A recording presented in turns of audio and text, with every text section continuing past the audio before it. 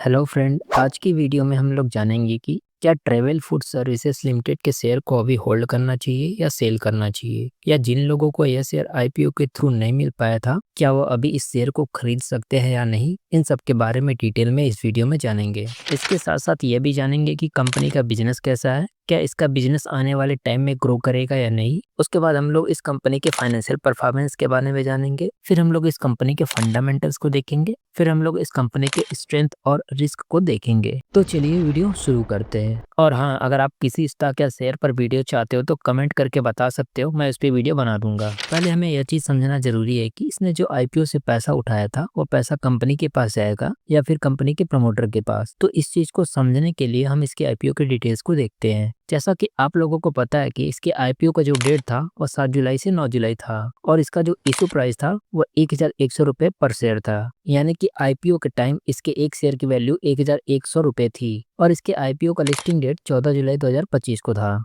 और जब 14 जुलाई को यह शेयर स्टॉक मार्केट पे लिस्ट हुआ तो यह 1125 रुपए के शेयर प्राइस पर लिस्ट हुआ। यानी कि लिस्ट होते ही 2.27% का रिटर्न दिया, जो कि बहुत कम है। उतना कुछ खास लिस्टिंग गेन नहीं दिया। और यह कंपनी आईपीओ से टोटल 2000 करोड़ रुपए जुटाई है, और इसका जो सेल टाइप था वो ऑफर फॉर सेल था। यानी कि आईपीओ के द्वारा जुटाया गया पैसा कंपनी के प्रमोटर के पास जाएगा, न कि कंपनी के पास। यानी कि कंपनी इस पैसे का यूज अपने बिजनेस के एक्सपेंशन में नहीं कर पाएगी, जो कि एक निगेटिव बात है इस आईपीओ का। तो यह था इस कंपनी का आईपीओ डिटेल्स। अब हम लोग इस कंपनी के बिजनेस को देखते हैं कि कंपनी करती क्या है। ट्रेवल फूड सर्विसेज लिमिटेड यानी टीएफएस एक इंडियन कंपनी है जो 2007 में शुरू हुई थी। यह कंपनी खासतौर पर एयरपोर्ट्स पर क्विक सर्विस रेस्टोरेंट यानी एयरपोर्ट्स पर फास्ट फूड टाइप रेस्टोरेंट और प्रीमियम लॉन्च चलाती है, जहां लोग फ्लाइट से पहले या बाद में आराम से बैठ सकते हैं। टीएफएस के पास अपने पार्टनर ब्रांड मिलाकर total 117 food and beverages brand है, और अभी तक यह कंपनी इंडिया और मलेशिया के एयरपोर्ट्स में 397 रेस्टोरेंट ऑपरेट कर रही है। जैसा कि हमें पता है कि यह कंपनी एयरपोर्ट पर क्विक सर्विस रेस्टोरेंट चलाती है।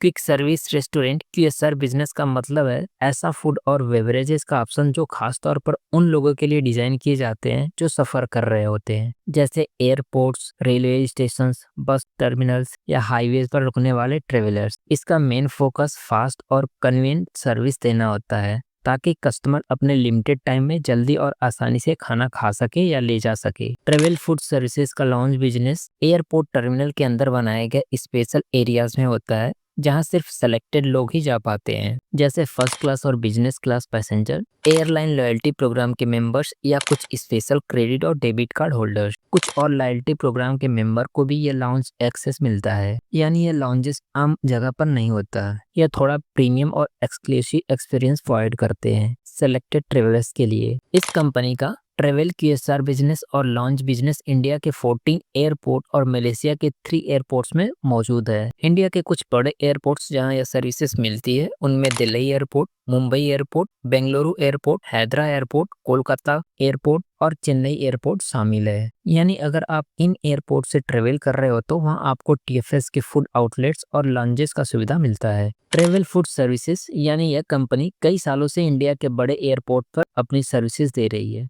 दिल्ली एयरपोर्ट पर यह कंपनी 14 साल से काम कर रही है, मुंबई एयरपोर्ट पर 15 साल से, बेंगलुरु एयरपोर्ट में 5 साल से और चेन्नई एयरपोर्ट में 11 साल से काम कर रही है। यानी यह कंपनी एयरपोर्ट पर फूड और लॉन्ज सर्विसेज में काफी पुरानी और एक्सपीरियंस कंपनी है, जो लंबे समय से लोगों को एयरपोर्ट पर अच्छी क्वालिटी का खाना और रिलैक्सिंग लॉन्ज एक्सपीरियंस प्रोवाइड करती आ रही है। तो यह था इस कंपनी का बिजनेस। इस कंपनी का बिजनेस यूनिक है। अब हम लोग इस कंपनी के रेवेन्यू मिक्स को देख लेते हैं। यह कंपनी अपने टोटल रेवेन्यू का 51.7% रेवेन्यू ट्रेवल क्यूएसआर बिजनेस से जनरेट करती है और 44.9% रेवेन्यू लॉन्च सर्विसेज से जनरेट करती है। वहीं पर मैनेजमेंट एंड अदर सर्विसेज से 3.4% रेवेन्यू जनरेट करती है। और इसके लोकेशन वाइज ब्रेकअप की बात करें तो यह कंपनी इंडिया से 99.6% रेवेन्यू जनरेट करती है। यानी यह कंपनी लगभग अपना सारा रेवेन्यू इंडिया से जनरेट करती है। अब हम लोग इस कंपनी के फाइनेंशियल परफॉर्मेंस को देख लेते हैं। इसके रेवेन्यू की बात करें तो इसका रेवेन्यू 2023 में 1103 करोड़ था, वहीं पर 2024 में 1462.40 करोड़ हो गया और 2025 में 1762.71 करोड़ हो गया। तो यहाँ पर इस कंपनी का रेवेन्यू लगातार बढ़ते हुए आया है।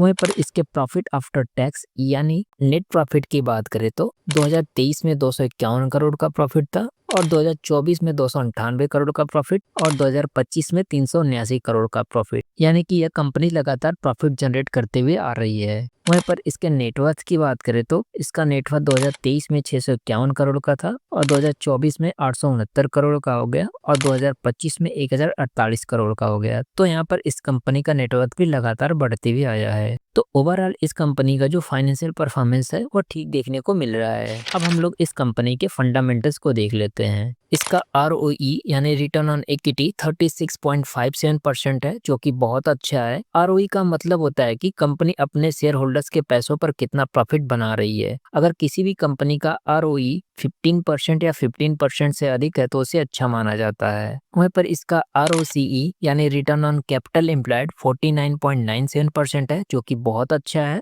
ROCE का मतलब होता है कि कंपनी अपने शेयर होल्डर्स के पैसों प्लस कंपनी के पास जो लोन या डेप्ट में पैसा आया है, इन दोनों पैसों को मिला करके जितना भी टोटल अमाउंट होगा उस पर जो प्रॉफिट बना रही है उसे ही ROCE कहते हैं। अगर किसी भी कंपनी का ROCE 15% या 15% से अधिक है तो उसे अच्छा माना जाता है। और इसका रिटर्न ऑन नेट वर्थ 36.14% है, जो कि अच्छा है। अगर किसी भी कंपनी का रिटर्न ऑन नेट वर्थ 15% है तो उसे अच्छा माना जाता है और वहीं पर अगर रिटर्न ऑन नेट वर्थ 20% या 20% से अधिक है तो उसे अच्छा माना जाता है। और इसका पैट मार्जिन 20.38% है, जो कि अच्छा है। तो ओवरऑल इस कंपनी का फंडामेंटल भी अच्छा देखने को मिल रहा है। अब हम लोग इसके शेयर होल्डिंग पैटर्न्स को देख लेते हैं। इसके प्रमोटर होल्डिंग की बात करें तो 86.19% की प्रमोटर होल्डिंग देखने को मिल रही है। वहीं पर FI यानी फॉरेन इंस्टीट्यूशनल की होल्डिंग 2.96% देखने को मिल रही है और म्यूचुअल फंड की होल्डिंग 2.96% है, यानी कि म्यूचुअल फंड को भी इस शेयर पर ट्रस्ट है। तो इसका शेयर होल्डिंग पैटर्न भी ठीक है। अब हम लोग इस कंपनी के कुछ इंपॉर्टेंट रिस्क फैक्टर हैं उसको देख लेते हैं। पहले रिस्क फैक्टर की बात करें तो कंपनी का ज्यादा रेवेन्यू टॉप 5 एयरपोर्ट से आता है।